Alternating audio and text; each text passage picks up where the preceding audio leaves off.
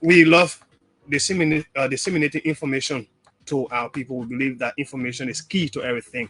And so that's why we here, even on the holiday, we have to be here to help our Great, people great, out. great, And great. so, with that being said, our a wise voice for today says, don't pray for an easy life. Pray for the strength to endure a difficult one. Don't pray for an easy life. Pray for the strength to endure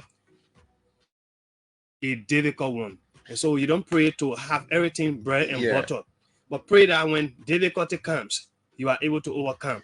Jesus even says similar to his disciples. He said it's not going to be easy. Anyway, it's on a fast and Yeah. prayer day, so you can preach now. Yeah. No, I'm not preaching. I mean, that is scripture, right? Yes, of course. Jesus said that to his disciples. So, good afternoon, folks. Welcome to the Hard Talk on ABC Radio 105.1. Tia Williams is my name, and my colleague is Anthony Jeff, and we have in studio two members of the Progressive Alliance of Liberia. And yes, presidential hopeful. yeah, Tiawan of course, yeah, Gongloe. yes, presidential hopeful Councillor Tiawan Gongloe. And okay, we'll come to that. Yes, We'll come to that. We'll come to that. Yeah, we'll come to that. Anyway, you are off mark. Let's bring you on. Good afternoon, Councillor Tiawan Gongloe. Good afternoon. It's good to be in your studio. The Yes. last time I appeared in your studio, you were up on Broad Street. Yeah, great. And now you have a better studio. Ah, congratulations. Thank you. Thank you. We also have Mr. John Stewart also joining us. He's a member of Moja. And Councillor Gongloe is also a member of Moja. Yeah. Good afternoon. Thank you for having me. How does it feel being here today? The both of you. Great. Well, I say a moment of silence for the hundreds of people who were killed on April 14. We know that we claim that government killed 200, government admitted to killing 40. And those 40 were buried in mass graves behind the public works. Okay. Even up to today, their parents, their family members still consider them missing in action because the government did not display the bodies to ask their family members to come and identify the bodies so that they can be given decent burials. And that action of the government was irresponsible. Okay. Yeah. To begin the conversation, Councillor Gongloe, let's talk about your presidential bay you've been cutting across the country, specifically Nima and other areas. How has it been?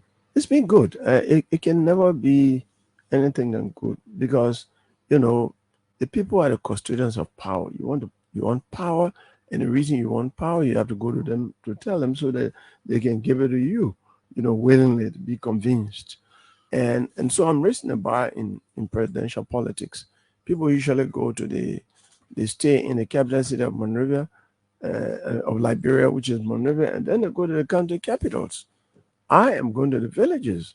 Okay. People in Jakaken, Roji will tell you, Councillor Gongloe came here. People in Dwaken, Roji will tell you. People in Pakwai Town, across the river in Rivers will tell you. Oh. People in Bogeza will tell you, Councillor Gongloe came here. People in Zina Lomai up the hill will tell you. People in Pazagizia will tell you. People in Honiahun. People in Foya or Bakedu, where I slept. The Madingo town will tell you in Lofa County. People in Buenacole, in Bon County will tell you, or in Fokole, Bon County, or Kambu Town, River Says, or Sud Town, Grand Bazaar. You mean you've been to all of these areas? Yes, these areas of the main roads in the, so many towns I've been to. Wow. Yeah, I can name towns comfortably across I've been to Sastown, the president's. Sastown, Grand Creek County. I hear the president's hometown. Okay. But, I don't think he had childhood friends there. But I went to Sastown. I went to Belwan. Okay. I went to Dubo. You know, I went to City Ken, which is the oldest town in Maryland County. It's the first town in Maryland. That's where the group of people came from and spread all over Maryland. Okay. I was told that. But most important in my view, and I selected towns deliberately, I slept in Tucson, the hometown of former President Samuel Doe. Wow. As a Nimba person, that is significant in terms of unity and reconciliation. Okay. I slept in Tucson. I slept in Zwale, that's the home of the late General Thomas Kurumpa. I went to Pinestown, that's the home of the late Wasian, Thomas Wasian. vice chairman of the first vice chairman of the PRC. Okay. You know, so I've been to Blole, the hometown of Jackson Evdo, and I consider Blole in Nimba County as the political shrine of Nimba, and because that's the first place where the son of Nimba came from and ran for the presidency. So it's historic. I've been going all over the country. I stepped in Nagbena in Cape Mount County. Okay. You know, I went to Harristown in Buffalo County. I slept in Supplement Town in Buffalo County. Wow. You know, you're familiar with all of the names of those towns. And the worst experience was leaving Kilipo Kanweken to go to Whipple Kanweken in River G. Okay. Normally, it is a distance of 20 minutes to 30 minutes when the road is good. And I've been on that road since 1979 because in 1979, I want to do some work for the Young Christian Student Movement as their president, national president. And I took a taxi from Hapo, 6 o'clock in the morning. About 9 p.m., I was in Monrovia. It does not happen these days. It cannot happen. From Kilipo Kanweken, I had an event that ended at 5 o'clock in Kilipo Kanweken. I sent my motorcycle man here to say, tell the people of Whipple Kanweken will be there at 6 o'clock. They were indeed waiting. My brother, I did not reach Whipple Kanweken until 1 a.m. in the morning because of bad road. Okay. Very bad road. I think there's a picture of me on the YouTube, you know, throwing shovels. I was not joking. We had to do, you know, to intervene. And then when I went further on the road, I saw over 20 cars parked. Tankers, gas tankers, trucks, all stuck in the mud. The 3 cars we were carrying could not pass. We stayed there until 12:30 in the night before our cars passed through. And we actually left around 12:45 to reach around 1 a.m. in the morning. I cut some leaves around 9 o'clock because I was so sleepy. I put them on the ground and was sleeping. Wow. They actually woke me around 12:30. Oh, the cars are off. That's how bad the roads in the southeast are now. And this is dry season. You know, right now the roads are worse than I've seen anywhere in Africa. It's not fair to the poor southeast. And in Tiamata, I was saying, you know, the president from the southeast and the minister of finance from the southeast. And one young man cut me up and said, Councillor Gongloe, the entire government is from the southeast. They are just not treating us fairly. I was just about to ask you about the reception. Great reception. You gathered from all of those great towns. Reception. And the high point was Tucson. Tucson. They were excited. Nigeria County. They were excited that as a son of Nimba, I went to Tucson and they offered me to sleep, and I slept the whole night. They danced.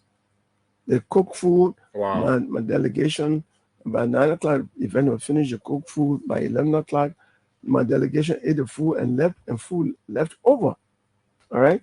And I went to Bablota in Grand July. I was well received. It's up the main road, about 30 minutes up the main road. When I went to Jackaken, I was well received. When I went to Philadelphia, Gold Mining, coming Grand Crew, I was well received. Everywhere I went, I was well received. And the reason, there were 2 reasons.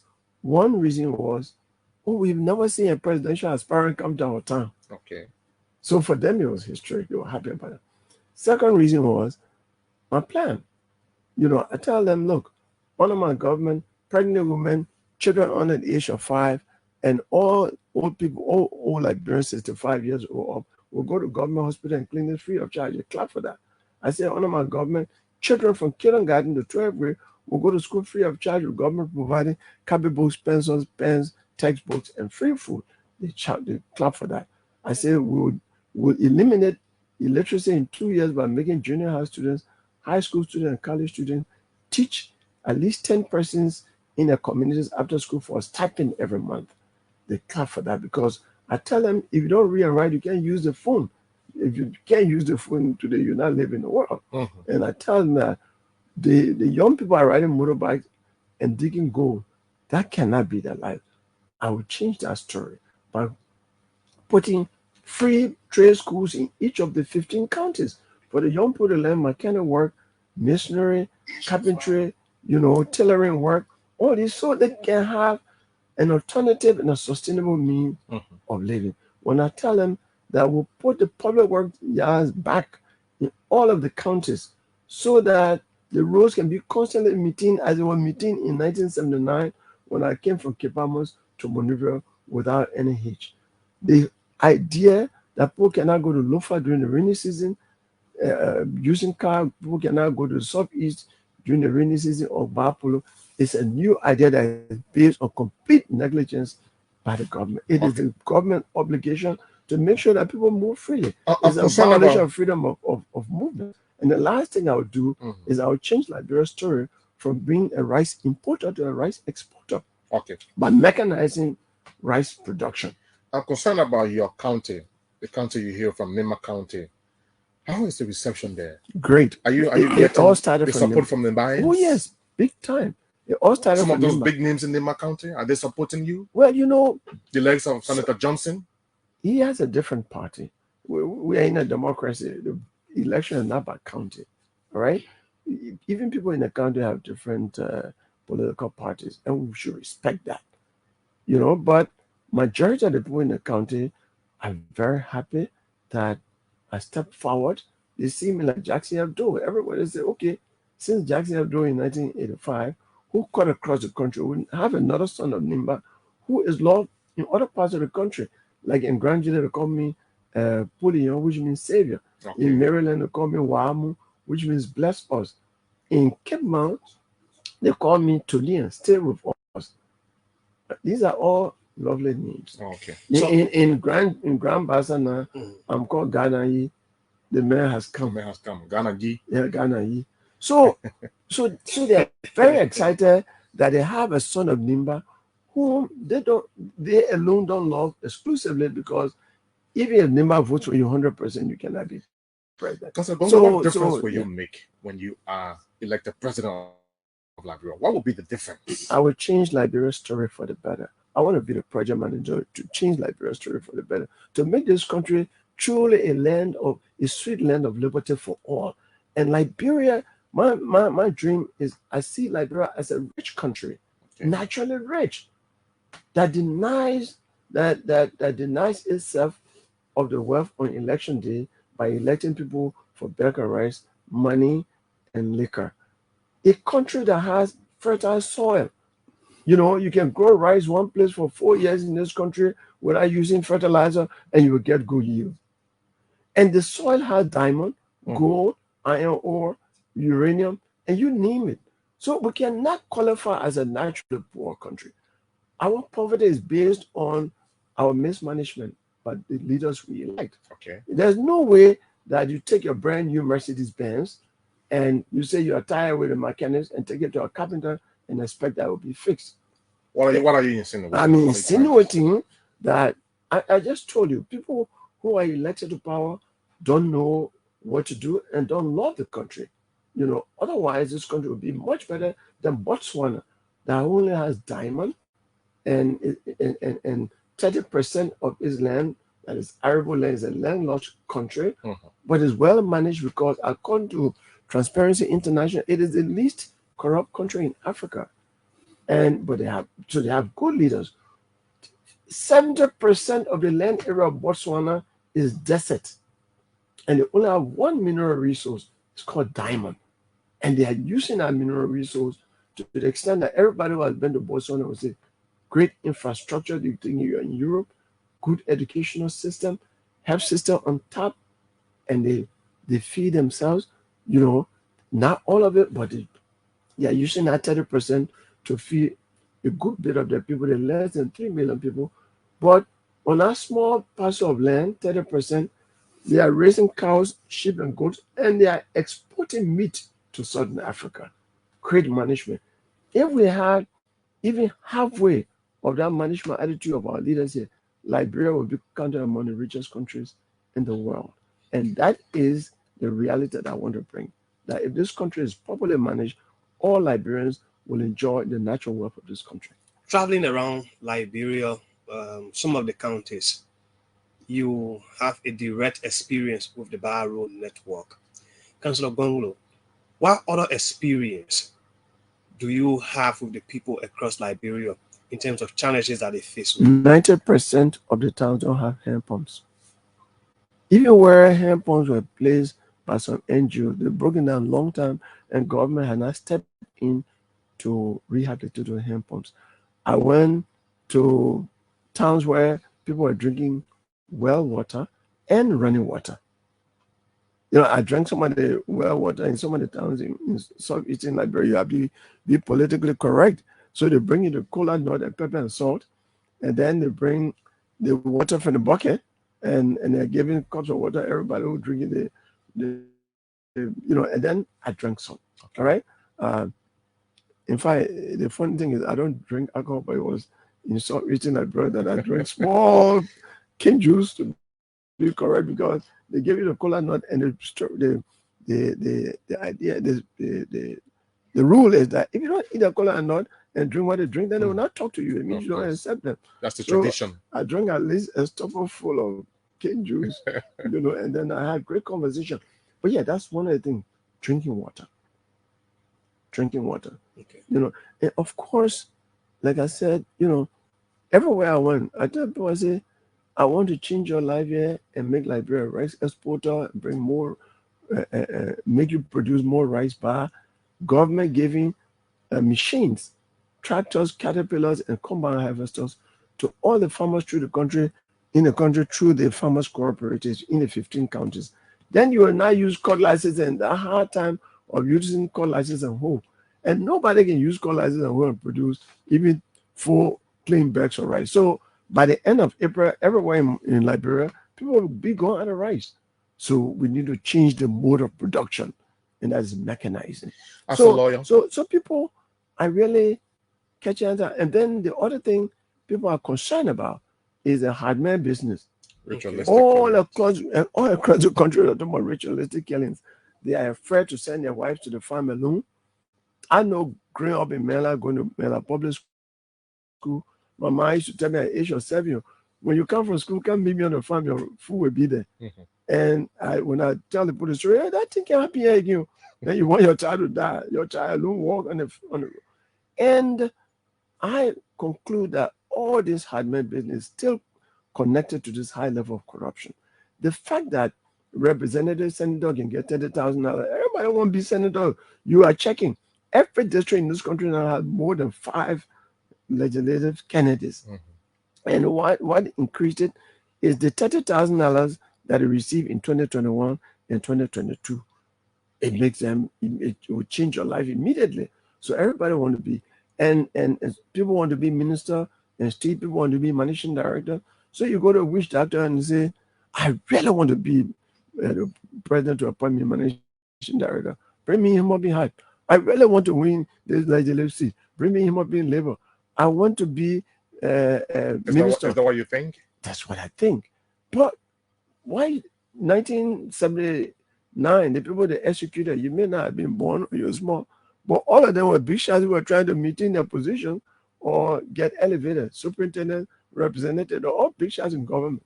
So it's all around this. And that's why I say this broom, when we eliminate, when we sweep corruption from Liberia, not only will we have enough money to deliver social services, have good road, increase rice production, have good schools, good medical facilities and all that.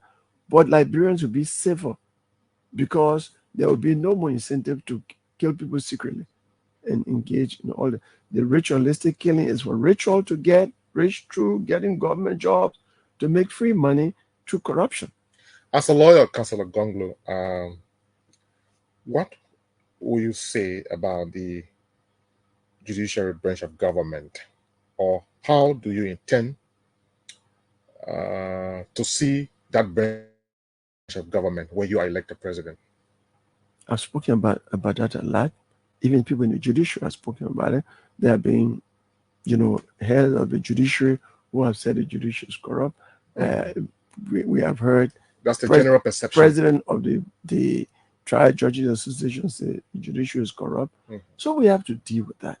And the way to deal with that is to promote the independence of the judiciary. Okay. Let me tell you, I will issue an executive order in the first 100 days. Okay. An executive order will be any minister or official of the executive branch of government.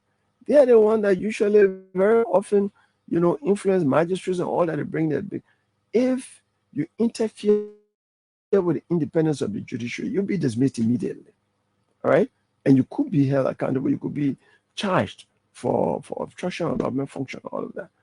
Then I will also issue an executive order that no official government will interfere with police operation. Every country that is governed by rule of law must let the police do its work without interference. The police can never be professional in a country where big shots force the police to do selective application of the law, selective enforcement of the law. And that's why they say in this country, you know who I am?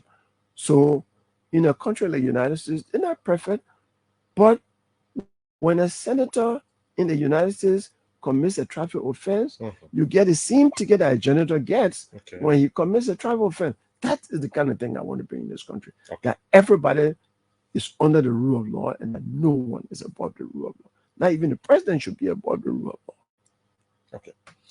Well, Councillor Gongloe is our guest, but we are here with him with Mr. John Stewart, a member of the Progressive, and they are all from the movement for and both of us justice. are members of the Liberian People's Party, a party that came out of Moja. Okay, Moja is a movement for justice in Africa. Yeah. Now we driving a little bit down to the infamous Rest Riot, even though they have different nomenclature for that riot, but history has carried it. It was a Rest Riot in Liberia that left many persons dead and over 500,000, according to reports. Over 500 persons were injured. Councillor Gongloe, today is April 14. How do you view today? April 14 was really sad, and a sad contradiction for a country that had in its 1847 Constitution the right of the people to peaceably assemble and the right of the people to seek redress from the government, which was what the Progressive Alliance of Liberia, led by Gabriel Marcus Matthews, was doing in protest to the increment in the price of rice. At that time, soldiers were making $22. There were civil servants making very low money, maybe $20, $30. And they were increasing the price of rice to $30. That would be taking away somebody's home on salary, and you still have rent to pay and all of that. And so it was the government explanation was that increasing the price of rice would have motivated the farmers to produce more. Okay. But that was false. That was a flawed argument, because my father and mother growing rice in the interior with cutlasses and who could never have increased their production once they were using the same mode of production. Cutlasses and hoe. Government were not assisting farmers with machines or anything to increase the yields of on their farm. But we know that there was a rice importer in this country. The largest distributor of rice in the country at that time was Daniel Talbot, the brother of the president. So we saw in it a policy that was meant to benefit a family member, because Daniel Talbot was a rice importer, and he was supplying rice all over. So he will have benefited from an increment in the price of rice because he will have sold more rice, Okay. not the farmers in the interior. But Councillor, But yeah, go ahead. Anyway, go ahead. no. So that policy came out, especially with people, civil servants were making low salaries, the soldiers and all of that, and it showed on during the demonstration. The police officers were making maybe $60 about that time, and they were more pro-government, and the soldiers were anti-government, at least the non-commissioned officers at that level. Because when the police started shooting at us, the demonstrators, I was demonstrating on that day.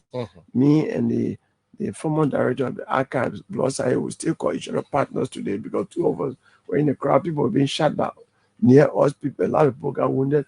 We just got saved by the grace of God, and then the soldiers started shooting at the police right down Busa quarters, because the soldiers identify with the protest more than the police because of their pay level. Okay. But maybe Stewart can say more. I was a demonstrator. Fortunately, I didn't go to jail. Stewart went to jail, so he can tell you about that's how you got to jail and what happened in jail, because I was outside. Before we go to Mr. Stewart, Councillor Gongloe, let me know from you, what did you people achieve then by staging that protest? You know, we achieved something. The president of Liberia set up a special commission headed by a seasoned lawyer, Councillor Nettie Brunel. Okay. And the investigation showed that there were people in government that were conflicted. James T. Phillips, Minister of Finance, was removed from office as a result of the commission's report. The Minister of Agriculture, under whose administration the price of rice was increased. You mean Florence Chinoway? Yes, was dismissed. The Minister of Justice, Oliver Bright, who ordered the police to shoot at the demonstrators, was dismissed. Okay. Which means people in government did wrong. And actually, the family members of those who were killed on April 14, on the basis of that report alone, can really file, could have filed and could still file damaging suit against the government, because the government acknowledged that its principal actors were wrong. Okay. It is perceived that so it helped the government to look inwards. Okay. The government was challenged to critically examine itself, which was an achievement. And then it is perceived that many of you who were actively involved in activism were the ones who instigated most of the violence in the country. That is not Do you true. agree with that? No, I don't agree with that, because the demonstration that morning, me and Blossai, for example, were armless, were moving. And that is what really exposed President Talbot. Because you see, how can government shoot at armless people? We at the University of Liberia were idealistic. We're learning political science and talking about the rights of the people, reading the Constitution. We were just marching peacefully to go and tell President Talbot, do not increase the price of rice, given the level of poverty. It was a peaceful democratic exercise that was made violent by the government. So we did not begin violence at all. We were intellectuals, we were scholars, we were looking at, the Constitution provides for this. And we're going by the letter and spirit of the Constitution. And we want our president to speak to, and let me tell you that we had great respect for President Talbot. Stewart and myself were students. You remember when Rachel Weeks and others wanted to increase the tuition of the University at the University of Liberia, and we went and carried a petition at that time. There was no Weeks at the time. It was between Dr. Blamo. It was not Weeks. But no, Weeks was not president, but he was on the board. Oh yes, He yes, was yes, on the yes, board. Yes. And we heard that it was Weeks was saying, how can I program the university, blah, blah, blah. So we carry a petition. It was read by Global Collie, who in adult age was ambassador of Liberia to Guinea. You know, all of us have been acting different. So she read a petition that day. And I remember after reading the petition, the president said, you know, President Thomas said, yeah, he shook all of our hands as we entered his office, right? He said, you know, I can't tell you I will not increase the price of the tuition because I have to respect the board. But I'm happy that you brought petition to me because I heard you are going to demonstrate. But you acted responsibly as university students. Truly, my precious jewels, you brought a petition to me. This is orderly. So I don't promise that the tuition will be increased, but I will intervene on your behalf to the board. I will talk to the president of the board of trustees, Richard Harris, because Richard Harris and other members of the board, so that they don't increase. But I don't promise you that will happen, but I will intervene. And then he started a discussion. He said, I think we need to do more for the students. I think it was Stewart who raised it. He said, and there's even unemployment evolving among the students because some students graduate from Cotton and talking about they don't have jobs. And then Stewart said, but why don't we do this national service that is in Nigeria? Okay. And then President Thomas said, I'm just giving how he was an intellectual. He would discuss with people on all of that. That April 14 didn't present him well. It was a misstep because Oliver Bright was a very emotional person, you know. And so he said, then Stewart said, everybody graduates, you get a job. Then President Thomas said, oh yeah, and then you pay, at least you pay you $150, the students $150 and you graduate. And Stewart said, no, at least $300. You know, we had that kind of lively discussion. So he was largely a good person, all right? But I think he was caught between the conservatives and and we were putting pressure to open up the society. Okay. And he wanted to change, but he didn't feel strong enough to just move and leave the old guys behind, and became a victim of that indecision. Okay, so let's go to Mr. John Stewart. Mr. Stewart is also a member of Moja. He witnessed the riot. He was part of it as well. Just give us your own account, Mr. Stewart. Let's hear you. He was even jailed. Yes.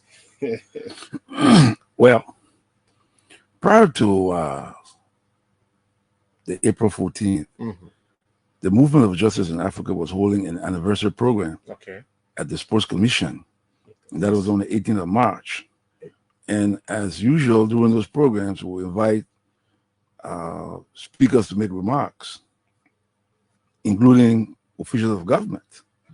And on that day, Mr. Bacchus Matthews. In fact, I'm not cutting off. Toba was a registered member of Moja. Yes. And other members of the government joined Moja actually from the beginning. Yes. Okay. So you fought your own.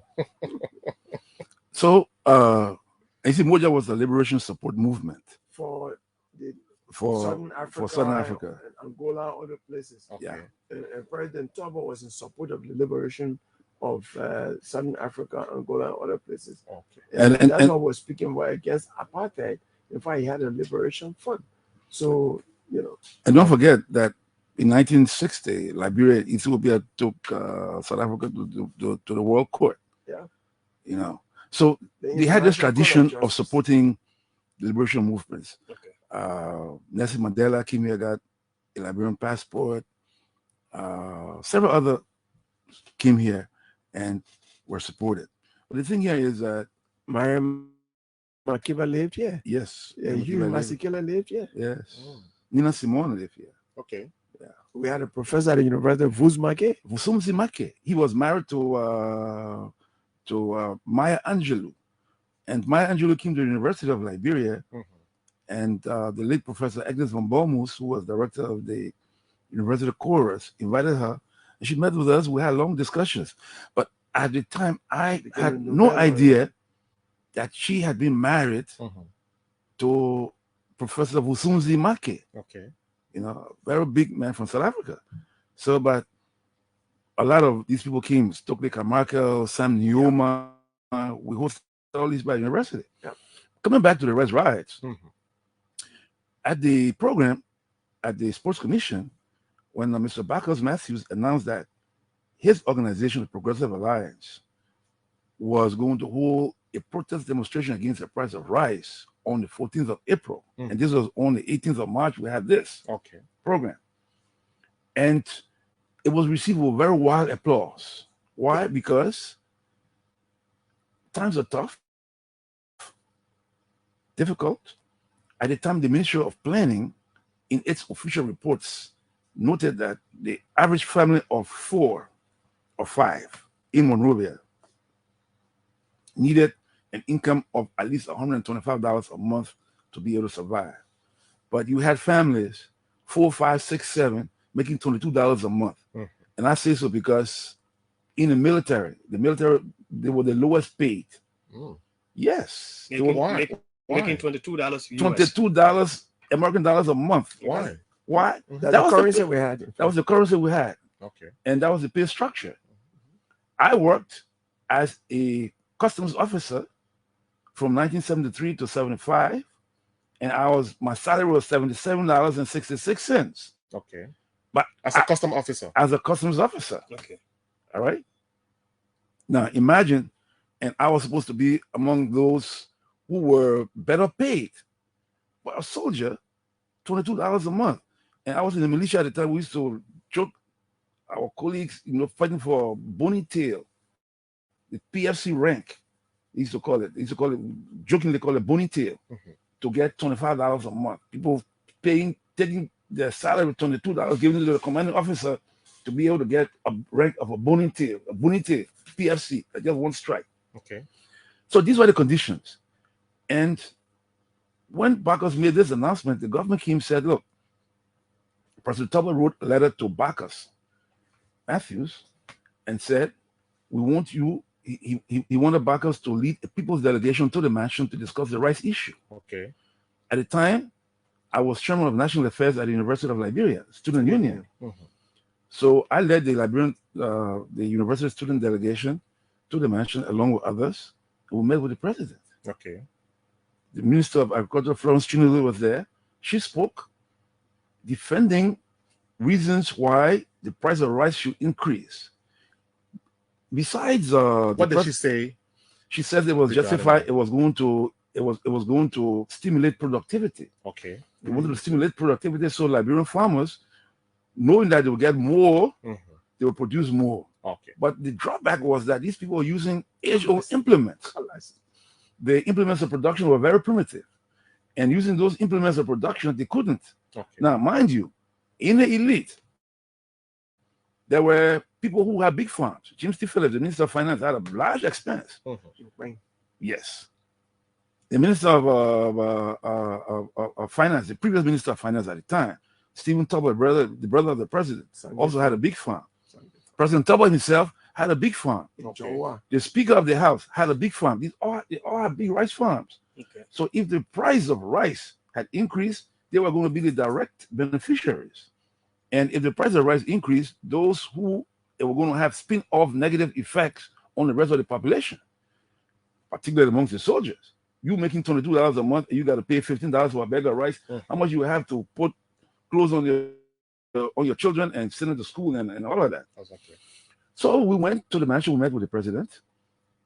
We made our representations. We begged him, implored him not to increase the price of rice. He said, "Okay, we'll hear from you." Okay.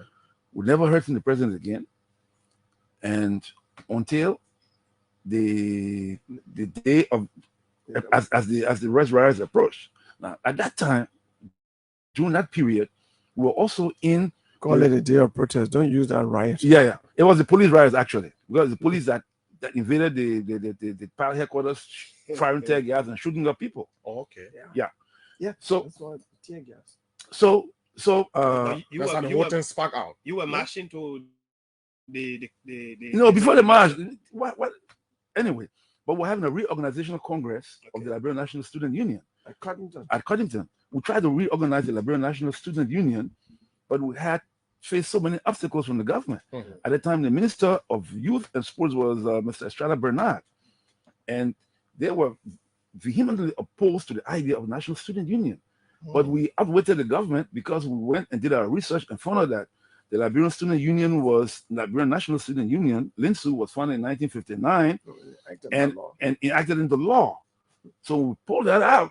In fact, they wanted Liberia, they wanted the U.S. Student Union to dovetail into FLY. We said, no, we already enacted into law and got this. So that's how we remain standing. So we're having a reorganizational congress, inviting at the time other colleges, like Ricks had a junior college.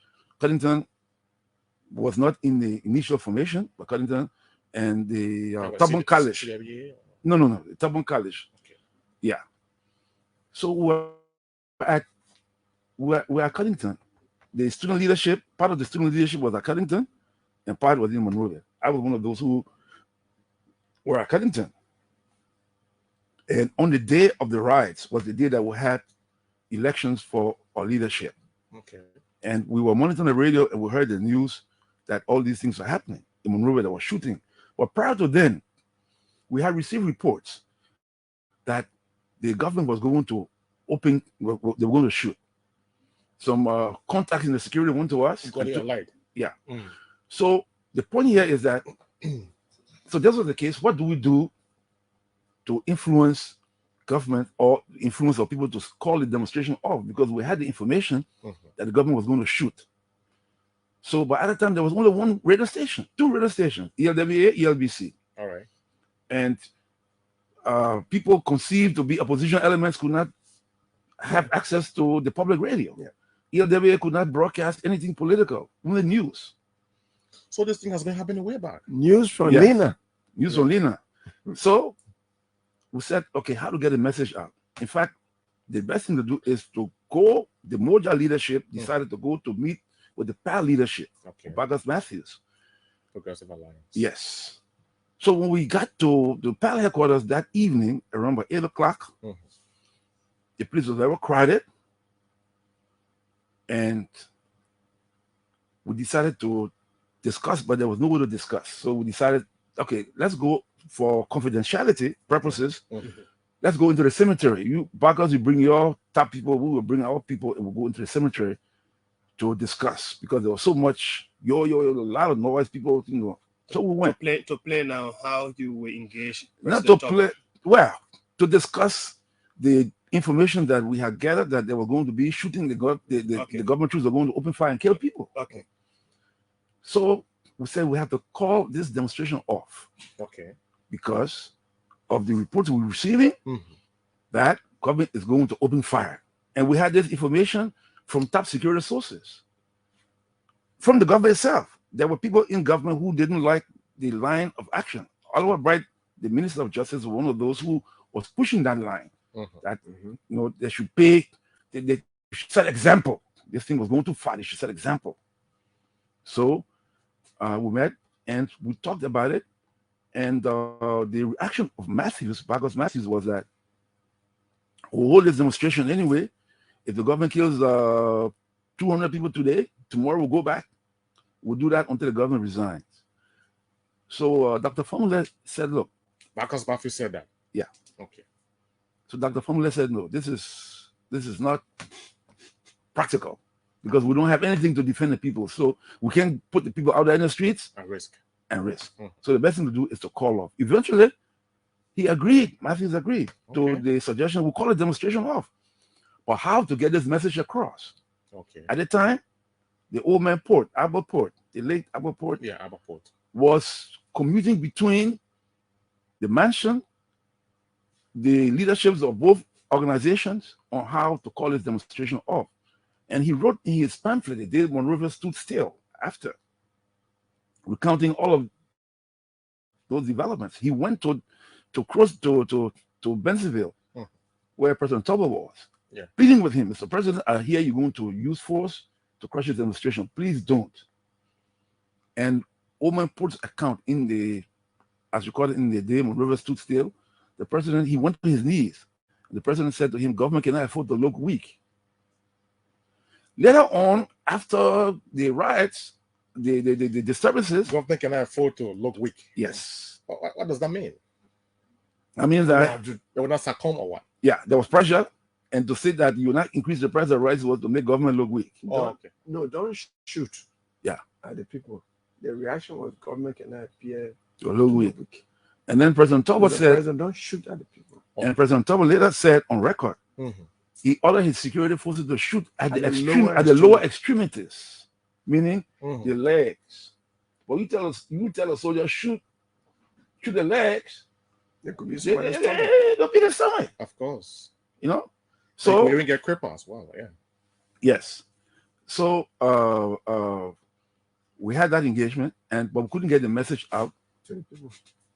Couldn't get the message out to the people that the riots. But in the meantime, people are converging at headquarters. In fact, let me. So the difficulty was to get the message across. Right. Yes. Let me say this. You did not have the medium. Actually, it was the government that promoted the demonstration. Oh, how? Yes. The government 2 days towards the demonstration was like, every 5 minutes, news flash. We are calling upon the Liberian people not to come out on April 14, on Saturday, April 14 to demonstrate. But that they were actually promoting the demonstration. On the national broadcast. Yes. And they were also asking you to stay off the street to avoid that. Yes. What I am saying at that time, the leadership would stay away.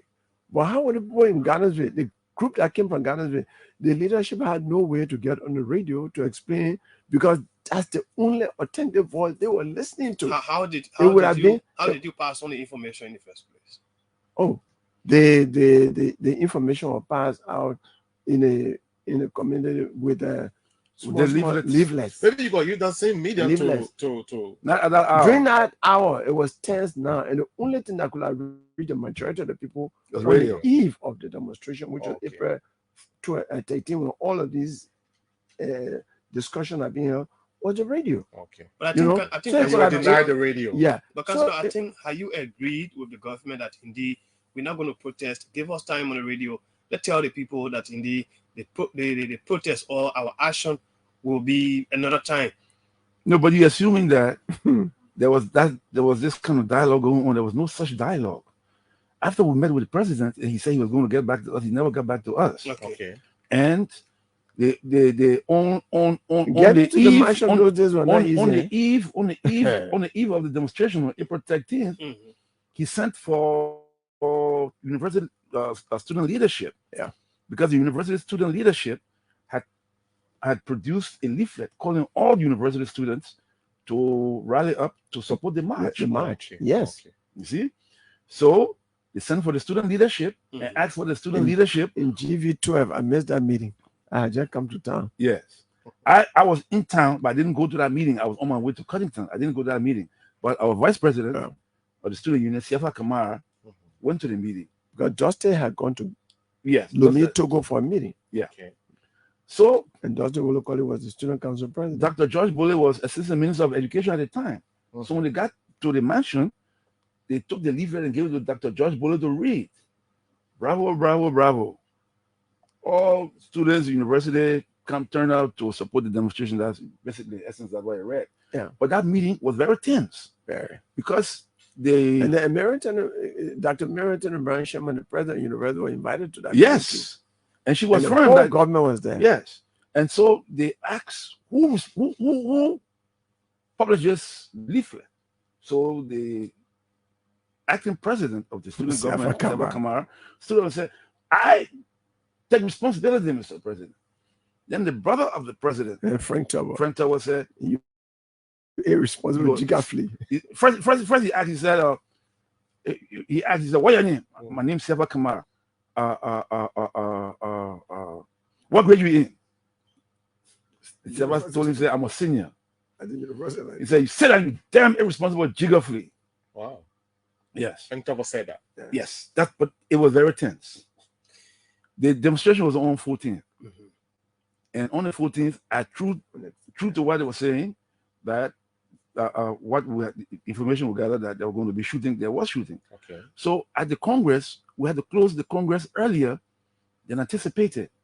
Now, attending the Congress were international representatives, one from the International Student Union, one was Russian, One was a Senegalese, and another was from Hungary. Okay. They came, they were arrested. Who arrested them? The government. Dusty Wolokoli had attended the students program reorganization and All Africa Student Union meeting in Lomé, Togo.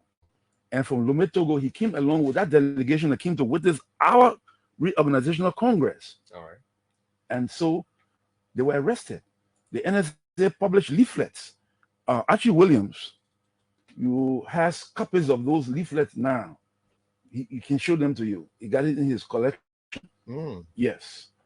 That we had come from Lomé with subversive elements. My home was raided. Okay. My room was looted. My mother was detained.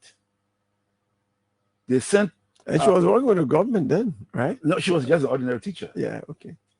Just an ordinary teacher, but she was detained. She was going to Banga because she hadn't seen me. We went to Banga, and we coming back from Banga during after the April 14th thing, we had to go into hiding. So she hadn't seen me. She decided to go. She didn't know where I was. When she was going to Banga to go find where I was, and she was arrested on the highway, interrogated for hours, made her sit down on the ground for hours. So, but anyway, to make a long story short, it was the government that actually reacted. Promoted it, and then we were the victims. And then after that, there was mass arrest. My name, that of Marcus Matthews, Samuel Jackson, Oscar Quia, James Yasia were placed on a wanted list, 5,000 wanted poster list. Reward, 5,000 reward. You guys were in hiding. In hiding. So we decided, and Oman Port had made contact with us where we were in hiding. Said, look, the best thing to do is to give you, it's for you guys to turn yourselves in, but that then gives some guarantees that you'll not be shot on sight. So we wrote the president a letter. Said, Mr. President, we would like to turn ourselves in based on the announcements you got on the radio, but because we don't want to be victimized by any bounty hunter looking for $5,000, we want guarantees of safety. We turn ourselves in. We'll be prepared to face any court trial. Okay. Oman Port, the late John Conway, we were hiding at the home of Miss Muriel Best in Painesville. Okay. Mr. Kenneth Best's sister. All right. And come and with them myself. And from there, we were coordinating things, student movement. We were able to send one student leader, Boy Masoni, out of the country. He went to the BBC. Yeah. And were able to get some messages to the Pope. To the Pope. Pope sent messages. Yes. Because it was clear. There were plans to show firm examples. I mean, kill some people and everything will be all right. So when we turned ourselves in, were taken to the mansion by a delegation, Bishop Brown, Reverend Tomo Reeves, Reverend Port, all of that. And when we got to the mansion, there was a whole array of government officials. The speaker, the only official who was not there, but came in later after the meeting started, was Bishop Warner, who was the vice president. But Madam Sirleaf, I'm not too sure. It's been a long time now, but the entire cabinet, everybody was there. When Bishop Madam Brown, Sirleaf was not a minister yet. No, she was not. Because she was a minister. She became minister after the Brunel Commission report, and her boss, because she was deputy minister when Jim T. Philip was removed and made her minister. So Councillor Gongloe, lives were lost during this protest organized by you and others. Do you regret those lives? Well, let me say, look, we regret the lives, the death, and we could have died ourselves. But we don't take responsibility for that. It was the government irresponsible act. They overreacted. The late Bishop Francis said, between Tobo and Tubman, Tubman was repressive, but he was a politician. Because I understand that the 1955 march. Similar march was in 1955. They said Oh. Tubman came out and joined the protesters and danced with them and calmed the tension. And in the night when everybody was sleeping, pick up the ringleaders of the demonstration, which then was different. His strategy did not cause life like that. You know, with the anger in your faces, would you have allowed Turbo to join you in that match? Which anger? Which anger? Rest will increase. Look, every time we saw President Turbo, people would like to see their leaders. When President Turbo come and say, yeah, what you say, want to, receive your petition, all of that, the petition would have been received. What would have happened? I heard you mention the conservatives. Who were the conservatives in all of this? You mentioned one. All right. Frank Talbot, Richard Herring, the hardcore of the Tree Party. Let me tell you something. Wow. While we're in prison, we were arrested. How long were you in prison, Mr. Stewart? I was in prison from April 22nd to June 26th. June 26th, President Talbot declared general amnesty. April 22nd. And you know the reason? OAU was coming. To June 26th. To June 26th. Wow. President Talbot declared general amnesty on June 26th in a speech to the nation. Yeah. And we're proud of them. While we're detained, we have still not been charged. And it was prior to OAU, right? Yes, it was prior to OAU. And we're detained for about a week. And Omen Port went to see us. He said, I learned that the government is going to appoint, first he said, I learned that Councillor Chesson will be coming here to offer representations for you people. But my advice is to not accept his representations because he's not sincere, because President Talbot, I understand, will be appointing him as Minister of Justice. Okay. And because Chesson was PAL lawyer prior to you going to jail. Yes. Chesson was lawyer for PAL, P-A-L. Okay. So he came to the prison. Yeah. We didn't hold any substantive discussions with him. And at the prison, there was the only person who was not in the prison with us from the hierarchy of the Progressive Alliance was Parkus Matthews. He was detained at the NSA. Okay. But the rest of us were detained at the Central Prison. He was a lead man in this whole campaign. Yes. Parkus Matthews. Yes. Yeah. So while we're detained there, then they brought a writ. So where were Dr. Toban Antipote? He was not arrested. Okay. He was not arrested. But he was part of the protest. Dr. Formula was arrested. Okay. He was actually, he was in Grand Jeddah at Podiko. Yeah, inspecting the Suzuku rice project there. Okay. So he was not in town. Yeah. He was not arrested. So I want you to look at 1979 rice situation, challenges Liberians were faced with, leading to your uprising against the government of President Thomas. Please correct. Protest. Okay, protest. Leading to your protest, leading to your peaceful march, as you will want to call it. Yes, which we didn't have arms. Which dramatically degenerated to something else. Who opened fire? We were not carrying arms. Compare those days to today, when you still see Liberia in the dungeon of poverty. Oh, let me just say one thing. Okay. Let me just say one thing. At the time, in 1979, 3% of the population was accounting for more than 60% of gross national product, GDP, gross domestic product. 3% of the population. Meaning they were enjoying all the money. Only a few people were eating everything. Okay. Today, it's even less than 2% of the population accounting for more than 60% of GDP. And we see it. You can see it. We all see it. Just a few people enjoying. Today, back then, about 3%. Yeah, 3 to 4%. 3 to 4% of the population was enjoying the entire country resources. That's what you mean, right? When you talk about the bulk of it. Okay, and today less than 2%. Yeah, 2% or less than that. Yeah, are enjoying And besides that, income inequality has increased. Okay, so the gap is widening. I want you to, So I on want your you to question, explain- I want you to explain that. you're saying Yes. that what do we see today? Mm-hmm. Situation has not changed Okay. because from one bad government, the next group of government learn from the bad government before and do the same thing, even perfect it and do better. So I'm stimulated by what Albert Einstein said, that the world will not be destroyed by those who do evil, Okay. but by those who watch them do evil without doing anything. We have a situation where that style of governance has impoverished this country to the lowest level. That I usually say, I see Liberia now in the ICU, in an intensive care unit. I know better. I love my country. I cannot stand by.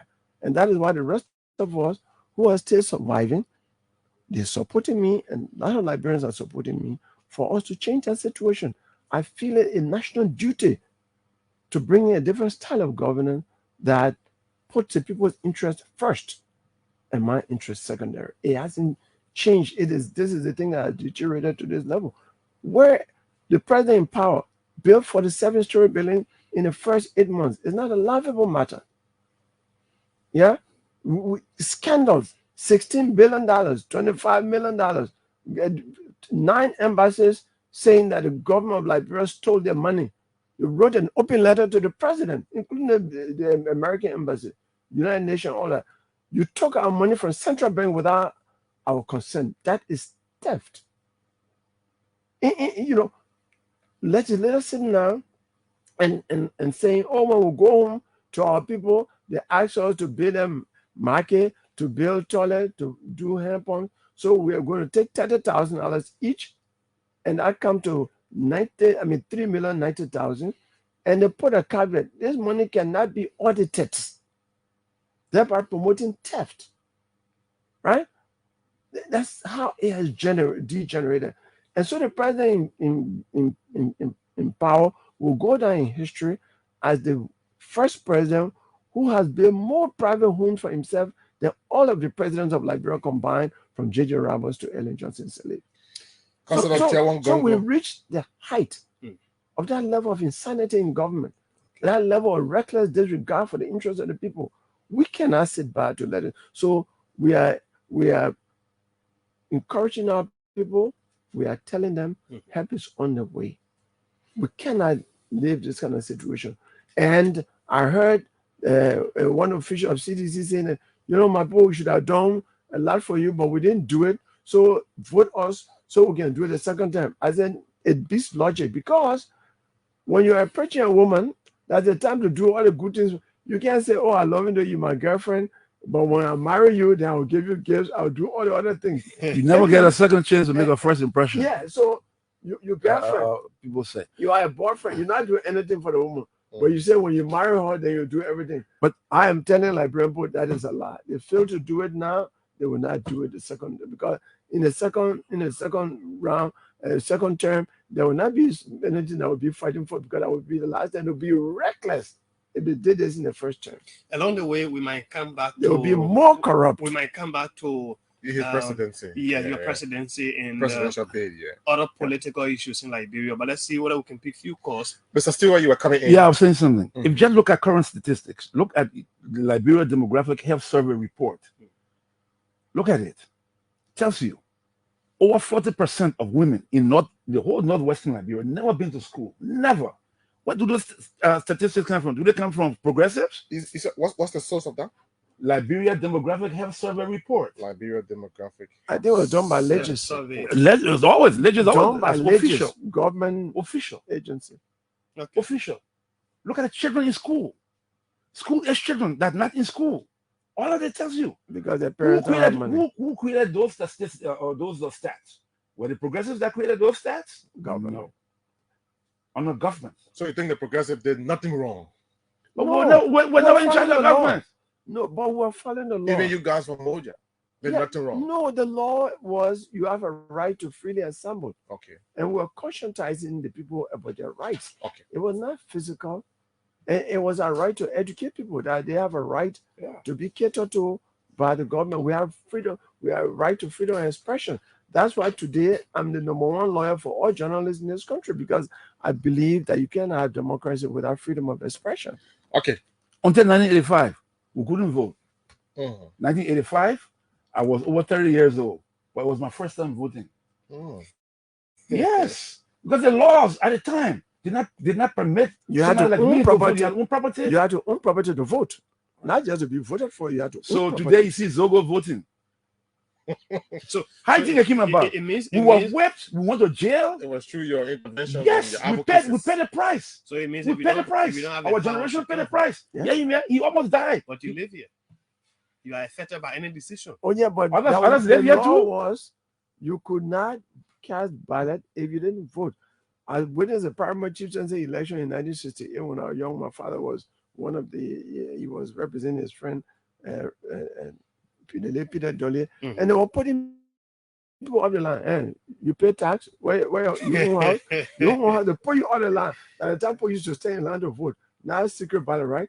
So I saw them putting people on the line because they didn't pay hot tax. They didn't own, because you had to own hot before you pay hot tax. So they couldn't vote. They had no right to vote. Okay, Councilor. So we challenged that. It was through Moja that hot tax ended. Okay. It was through Moja that Pioneers Day. So Moja did a lot of things in this country. Oh yeah, we have Pioneers Day, right? Yes, we start Pioneers Day. We start January 7th. Matilda People's Day. Yeah. Oh, okay. So Councilor Tiawan Gongloe, political leader of the Liberia's People Party and a member of Moja. We also have Mr. John Stewart, another member of Moja here in our studio. Today. And I must admit, we're learning a lot from the both of you. Of course, yes. It's a wonderful conversation. And the lines are already blinking. So let's take some calls, Anthony. 0777 105 100 0555 105 100. Those are the numbers you can call. Please walk away from your radio or else we'll have you off the line. The first person is here. Hello. Hello, what's your name? Where you call from?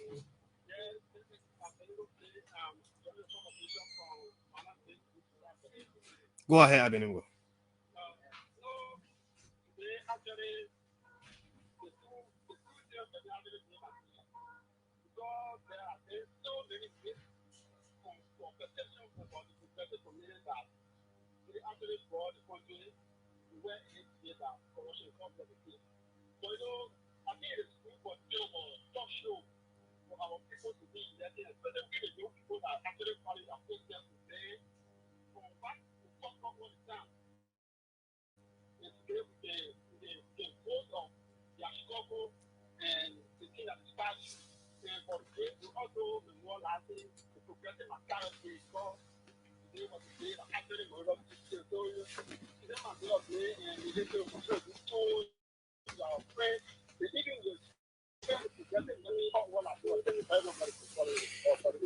Thank you, my brother. Another person here. Hello.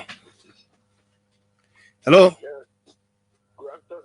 Good evening. What's your name? From where you call?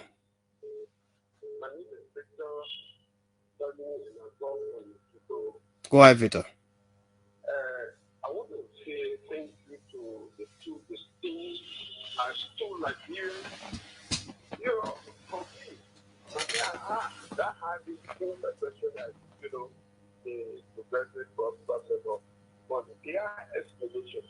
And I wish and I am appealing to them so that I can do more of this, because to enlighten the public mind. Because what we have got when they were doing all these things, we were not around. So the only thing they can do right now is to disseminate this information. Because, you know, from my reading, I never laid up at few research and a lot of research. Okay. Who is talking for that country? Who are those certain things for that country? They are the ones who can lead in a zero country. But in Liberia, people who struggle, who carry those separated pockets, you know, like for example, the whole separated pockets on what channel has something so people who struggle by that country, like Tiawan Gongloe, we struggle from 1978. You were put in jail. 1984, you were put in jail. that the man you are opposing to, he resigned, you are crucified. These are the people that are supposed to lead our opposition because they know the importance of government. Thank you. No high grade for government. Because people like Joe Walker. Thank you. Thank you. Thank you, sir. Thank you. Thank you. Hello. Hello. How are you, KGC Radio? Good day. Good afternoon. Good evening. What's your name? Where you call from? Thank you so much. My name is Benedict Witter. I'm calling from New Material State. Let me say hi to the veteran, our guy, the incoming president of the Liberia Bureau. Go ahead, Benedict. Yes, thank you for the sacrifices you guys made in the county and the cases. For me, I love that so much. I appreciate you guys. And today, the situation seems to go on with the popular man who the Labrador love them.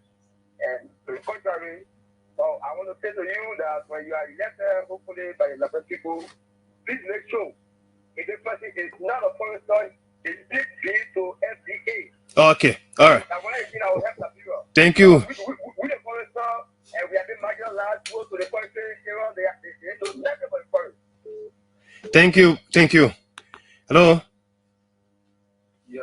Good evening. Good evening, sir. What's your name? Where you call from? So my name is Nyawepia Ivan Tama. I joined from the Tiawan Gongloe to Johnsonville. Go ahead. And let me say good evening to our father in studio. And I must admit, Honorable Gongloe is one of those who ever like going with the Lord. It's just that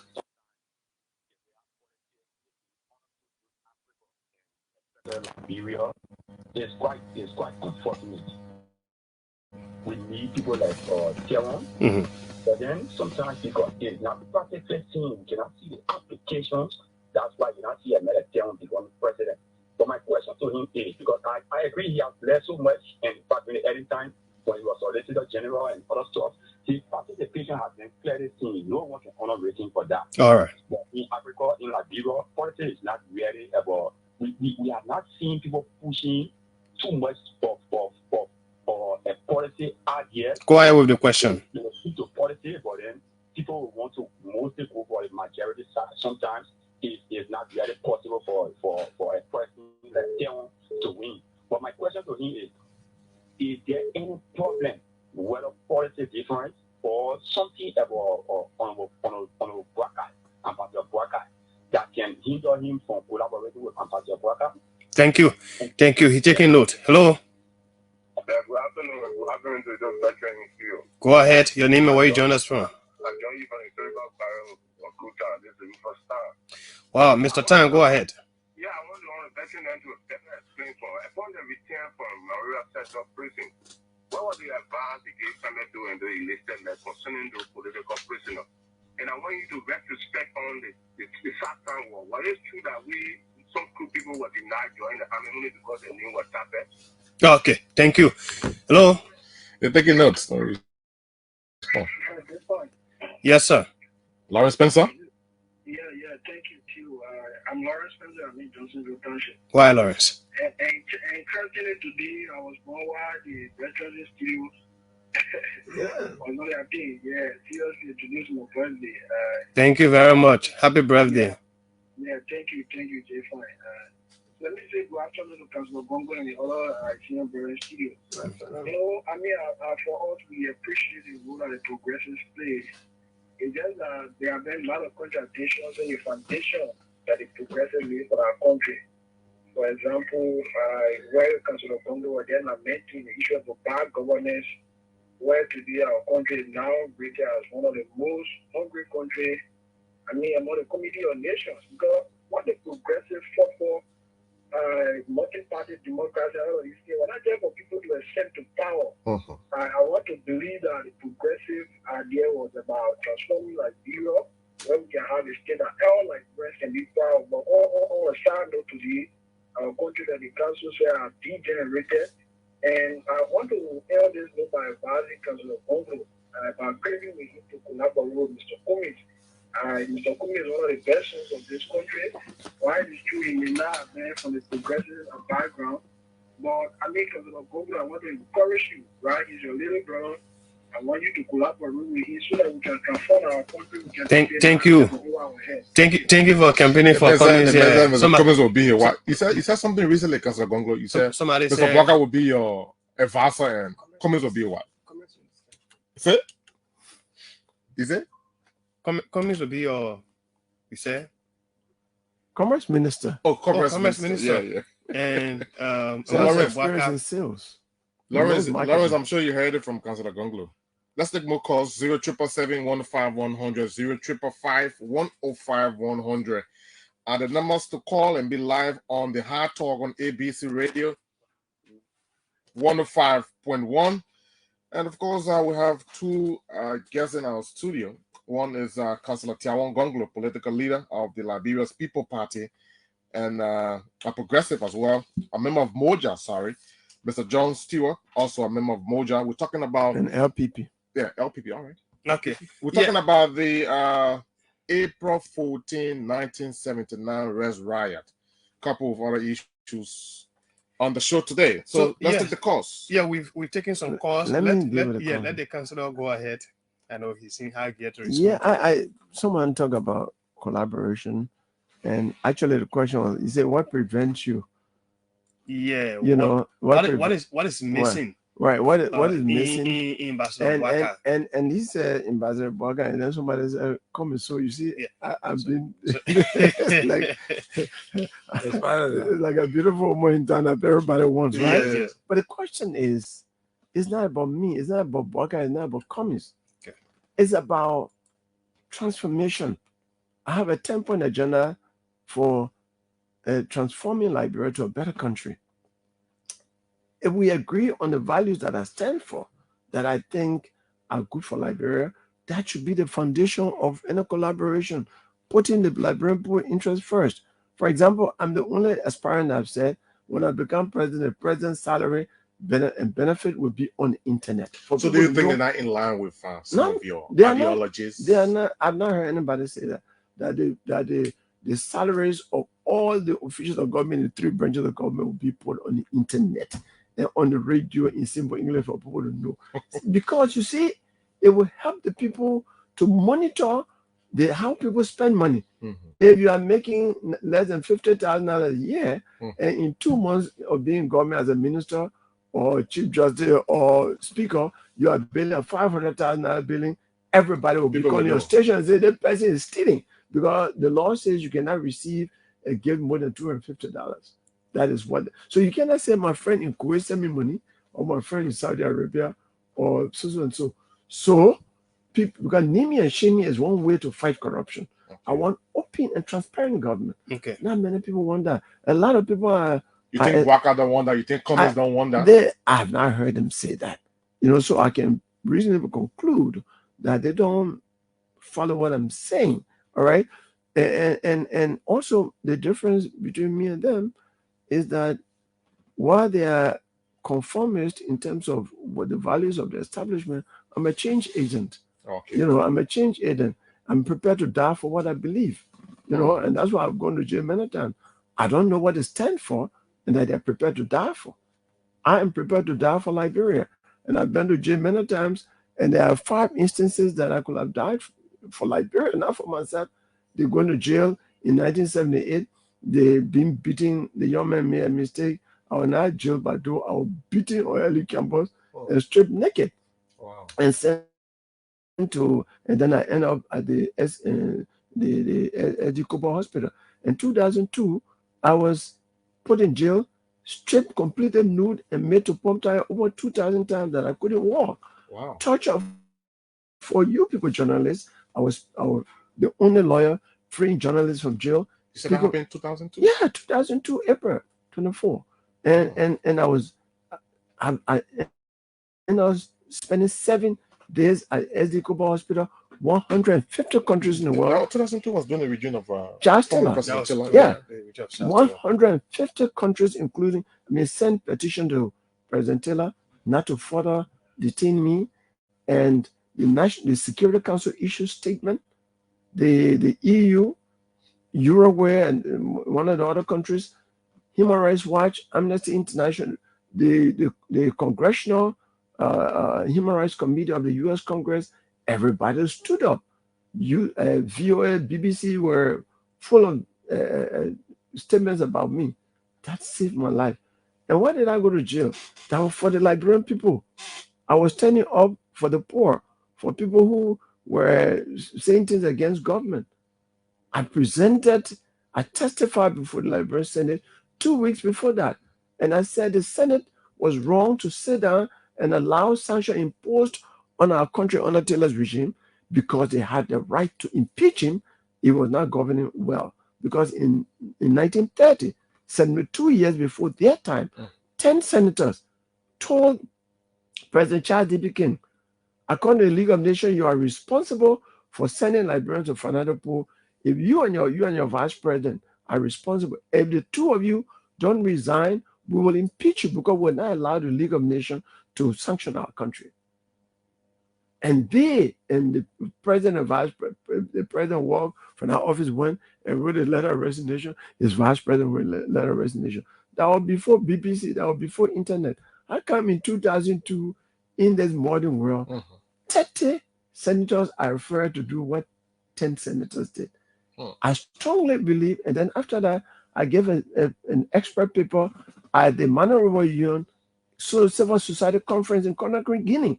I was invited to give expert paper, and the paper is on the internet. What can civil society do to prevent civil conflict and to mediate in civil conflict? And I said in that paper that civil society leaders should not be members of opposition parties or the ruling party, because that put them in a position to be internal mediators in times of conflict. They would then be objective, they would be respected.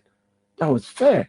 I think because I say in that paper, when I say the conditions in Guinea, Liberia, and Sierra Leone were the same prior to the December 24, 1989 conflict, that is why the conflict affected the three countries.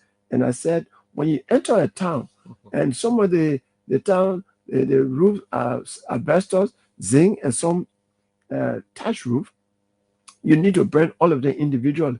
But you enter a town and you see thatch roof houses, huts, you just need to touch one, and all of them will burn. That what happened. The war started in Liberia, but the social, economic, and political conditions in Guinea, Sierra Leone, and Liberia were the same. No democracy, virtual one-party, virtual one-party state in terms of what the government. People didn't have jobs, and the level of poverty was high in the three countries.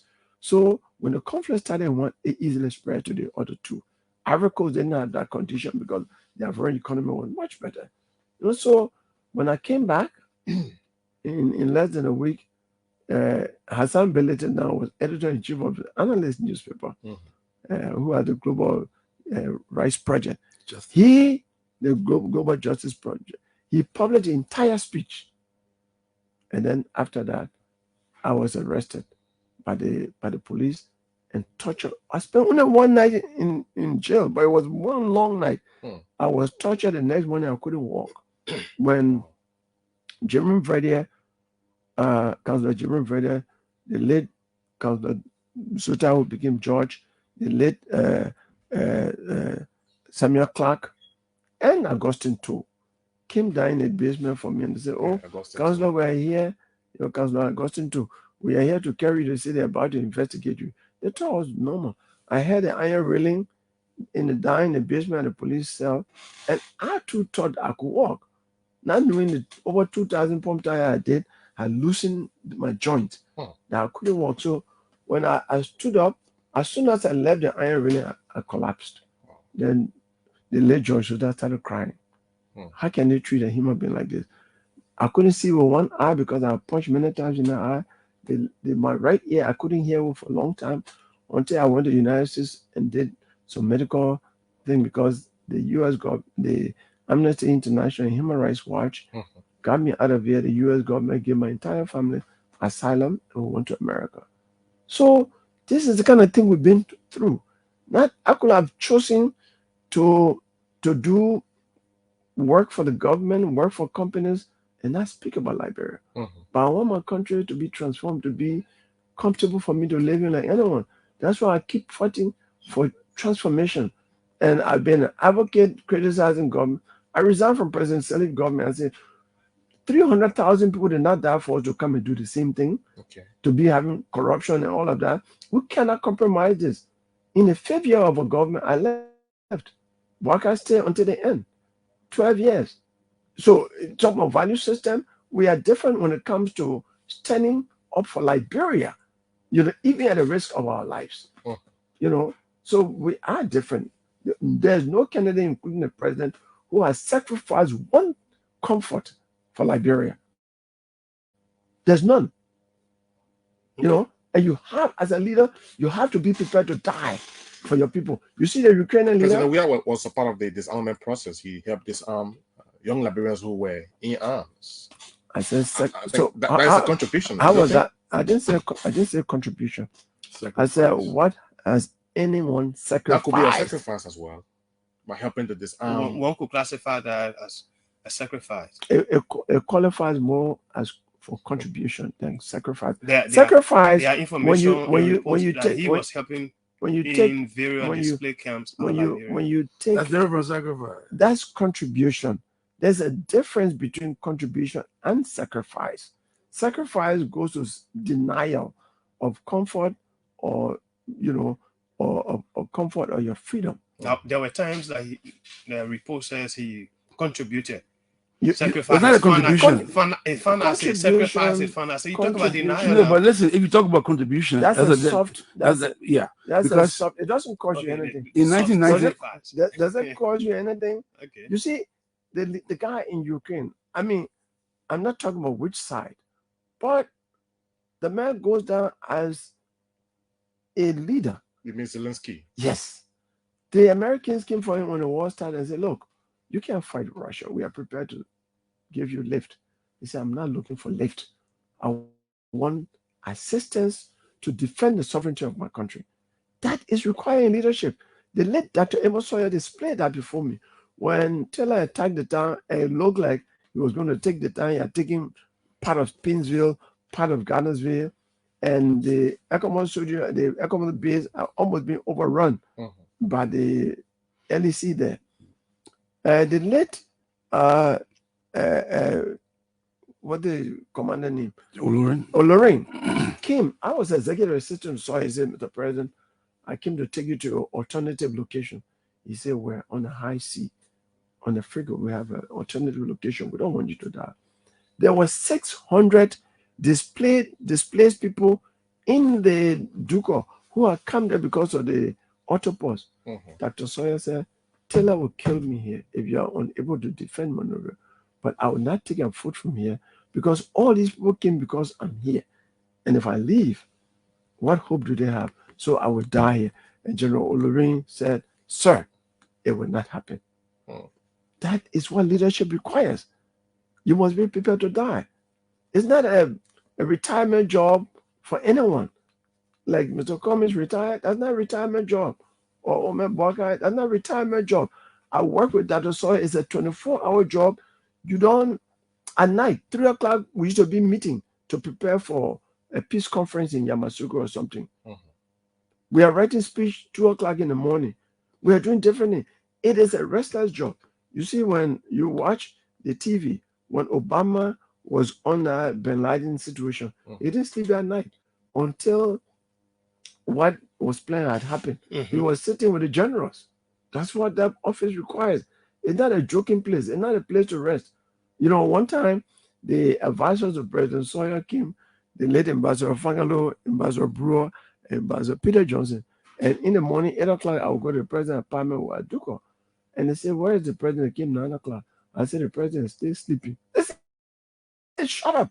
Don't ever you say that. I said, well, the president is sleeping. They said, shut up. Then Ambassador Peter Johnson said, next time anybody comes around the president, just say the president is indisposed. Because the president is the commander-in-chief of the country. If the enemy know that the president is sleeping, they will attack, and there will be no commander-in-chief to command the army. Of course. That's the theory behind it, that you're president 24 hours. So, yes. I learned that. I'm sure you learned it today. Because being indisposed does not mean you are sleeping. It just means you are not available at that time. Right. Yeah. The condition in nobody know. Okay. The president is not sick. President is indisposed. All right, Councillor Yeah. Tiawan Gongloe. Yeah. Let me a few more calls. Today is a learning day. Yes. Yes. Then we Yeah. So will leave. so you see, yeah, somebody call for Baka, another then a communist supporter call for communist, and I'm right in the middle. And you So- have two positions for the already. So yeah, you the hot cake. yeah. So let them Everybody forget wants it. to align with you. I have the strength. For example, I have everything above we are and the other contenders. I have gone to 13 counties. No one will go to even 10 because the ring is about to start. And the last time I was shocked when you told me that you slept in one of the towns in Sino. We talk about I slept in Pinestown. I was like, it's a difficult place to reach. You've been to Pinestown? Yes, I'm from Sino. He's from Sino. Oh, okay. Which part are you from? I didn't from I didn't sleep in Pinestown. I went there early in the morning Okay. and spent some time. Then from there, I went to Juazon. Okay. 0777-105-100-055. And then I appear on Liberty Radio. 100. Let's talk to a few of you. Hello. What's your name? Where you call from?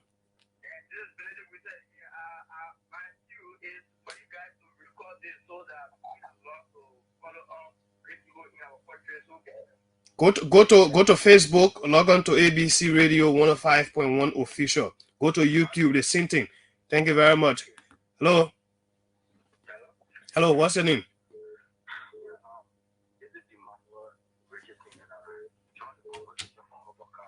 One minute, Emmanuel.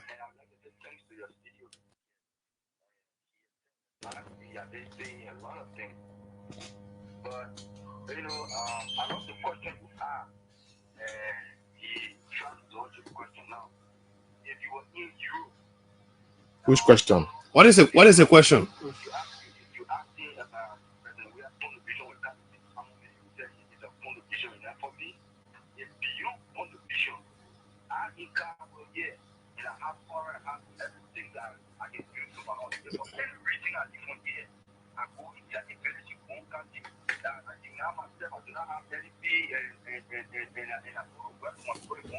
Mm-hmm.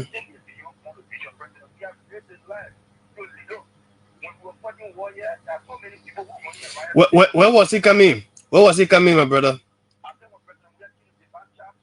Was it not in Liberia? Where is he from? Where is he from? But myself asking you now, where President we are come from? If that, They're coming back home. but man, if that Didier Drogba come from Europe to come to Liberia, then we say he sacrificed. In a way, it could be sacrificed too. Mm-hmm. Okay.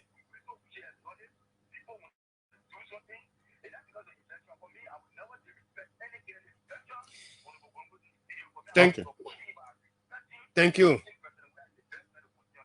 Thank you, my brother. Thank you. Thank you. Hello. You got Councillor Gongloe smiling. Go ahead. 1 minute.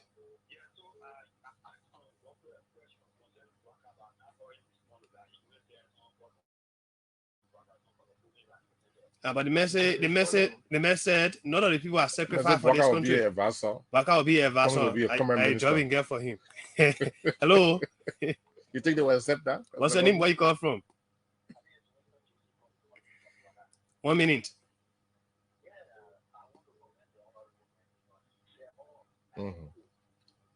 Very.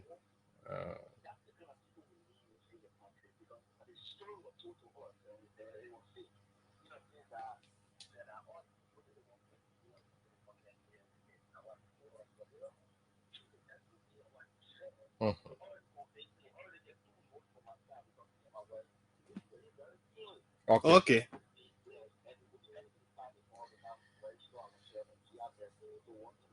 He's here with his broom as usual. Hello. That's sweeping corruption. Waveland, what's your name? Go ahead, email.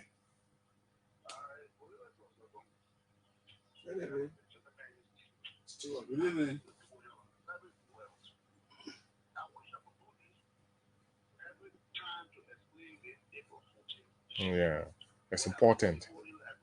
It's important.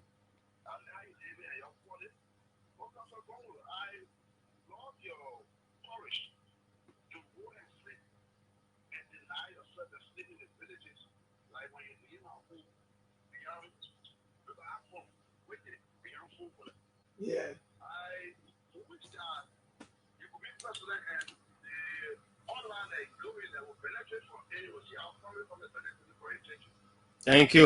Thank you also, my brother. So I think you're going to We be have to telling, go. telling Let's go me across thank the you. table. Me and Tio, you're going to be telling us thank you too, because we endeavor a lot. As the Gongloe know, when we office to go back in or to come to the Yeah, show. it was not something small to bring Councilor Gongloe here today. You know, he's a busy man. Of course. Took up time off his schedule. In fact, bro, And not on a holiday. member of the on I a should have been holiday. with my beautiful wife. Yeah. The other So sacrifice. I did not sacrifice again. Yeah. So Council, you have like 5 minutes. You and your Let's close up. Let's do what. okay. Let's start with Mr. Stewart. Well, thank you for having us to provide some insight on what happened. Mhm. But I would like to just on the last note, talking about sacrifice. There was a time in this country when everything was broken apart.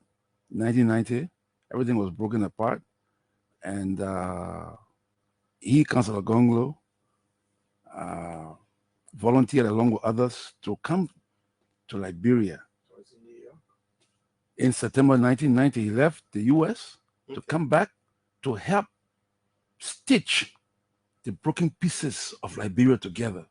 And that was on September 24th, 1990, when he landed here in Monrovia, broken down Monrovia, warring factions, Prince Johnson on one side, EFF on the other side, and MPF on the other side. Dead bodies all around, where Prince Johnson had even threatened to execute him. Even his own kinsman. Yes. Prince Johnson, Senator Yes. Prince Johnson now. Yes. But the story will be told. We got a long story, so but it will be told. Councilor Gongloe, what's your relationship with your kinsman, Senator Johnson? I don't have any problem. Do you talk to him? Yes, I talk to him. But you one person who called for war crimes court. Yeah, but that's my view. I was maybe because of that, you guys. No, but we talk normally. Oh yeah, we talk normally. We tell him about the war crimes. I can call him right now. You will answer. Would you feel good seeing your kinsman going to jail because of his participation or his involvement into the 14 years of civil crisis in Liberia? But I told you justice. Following your call for war. What does justice have to do with kinsmanship? Exactly. Okay. Because I'm going to just close up. We have to go. No time. No, I just want to say government has to change. Government has to be in accordance with our constitution and international law. The same thing that government's retaliation for people protesting continues today. You see the students of University of Liberia, crushed by this government's supporters. July 26th, you've seen, police crushing students. Citizens protest should not be met with violence. And that same thing continues today. I think you mentioned a name. The person said, "My name is Hassan Belete. I want to hear from the two esteemed studio guests." I think Hassan Belete you talk about. Anyway, he tried calling, but we couldn't pick a call. So Hassan Belete was editor-in-chief of the analyst paper. Okay. So I'm just saying we want Liberia to be peaceful. Okay. And peace can only come through good governance that is consistent with rule of law. And we allow people to disagree. I can say that you are the most handsome man in Liberia. Other Liberians, maybe 20 Liberians have a right to say they have never seen anybody so ugly in the world like you. Those two statements have a right to equal protection. That's what they call democracy. Yeah? Okay. So I want Liberians to vote for themselves, to campaign for themselves, for Liberia's transformation for a better country, so that this country can be a sweet land of liberty for all. I want a country that nobody will want to depart from, and every Liberian will want to run to wherever they live. That is sweet Liberia. That's the Liberia that I want.